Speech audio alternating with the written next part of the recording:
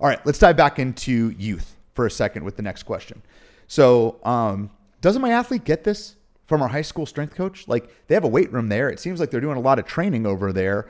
Wouldn't doing additional like sports performance work be redundant or maybe even too much for a youth athlete? Yeah. And so there's a wide variety of skill and ability at a high school level, typically.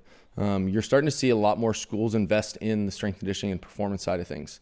I think it's really cool seeing a lot of development that we're getting this day and age with, schools that are offering more than what college salaries are. Like, they don't, some of these bigger schools are offering more than what a college strength and, Division I strength and conditioning salary is. And so they're really investing in, the development of their athletes. I think that when it comes to issues that you're often going to find, though, in that high school weight room, oftentimes you're going to be understaffed. Depending on the size of the school, if you have 20, 30, 40 athletes in at a time or more, and you only have one or two coaches for 30, 40, 50 athletes, it's really hard to make sure athletes move well. I struggle with this. I work with Ball State baseball, and it's, all the athletes move significantly better than when I started with them.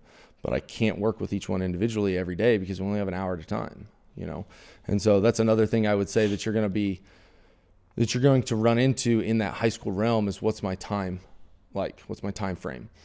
My brother's strength conditioning coach at a small 1A high school, and there's some, for the size of their school, they've really invested a lot into it. Their weight room's awesome. But he gets a lot of the time with his athletes. He gets them during a 50-minute class period, a 45-minute class period. He has to leave time for attendance on the front end, leave time for a shower at the back end. He gets about 25 to 27 minutes a session with them. And yes, I can accomplish things in that, but is it helping me accomplish the most out of what I want?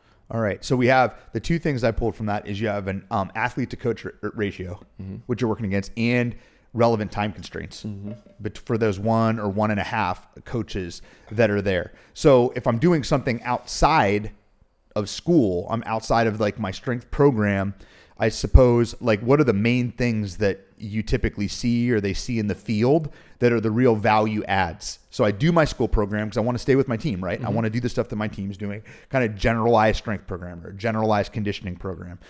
I want to be with my team to do all that stuff. What are kind of the extras that, maybe not extras, but the other fundamental things that having sports performance as a part of the kind of coaching mixture that I'm putting together for my athlete, it makes a ton of sense and is unlikely to be fostered in that environment? Yeah. Well, I think one of the things, just use myself with an example and some of the athletes I've worked with, one of the things that you'll run into, again, kind of that time frame, but even a school that has a good program in place, there's always going to be holes. If you don't have an athlete every day and you're able to develop this program every day, even if it's just some mobility work and some low intensity conditioning work, there's things that are probably being left on the table to some extent, right? And so what are the things that I can accomplish even if I'm taking what they do over there, I'm just filling the holes in that. You take any of my programs that an athlete comes in 2 to 3 days a week, and there's holes that are going to be had in there. There's no program that's perfect, right?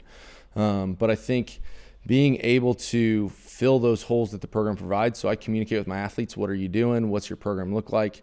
Especially if they know in advance. A lot of the strength coaches will do 4-week strength blocks or cycles, and I'm able to get a copy of that in advance so I can program or plan around.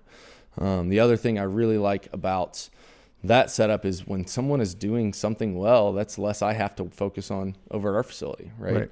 I have a football player that's an offensive lineman that's going to be a senior this next year, and they squat 2 days a week, at his 3 of his sessions at school. So in his 3 other days over with us, he squats maybe 1 day a week. And a lot of what we do, it varies around whatever he's done at school. We tend to favor a little more front squatting because they favor more back squatting, which you'll oftentimes see in high school.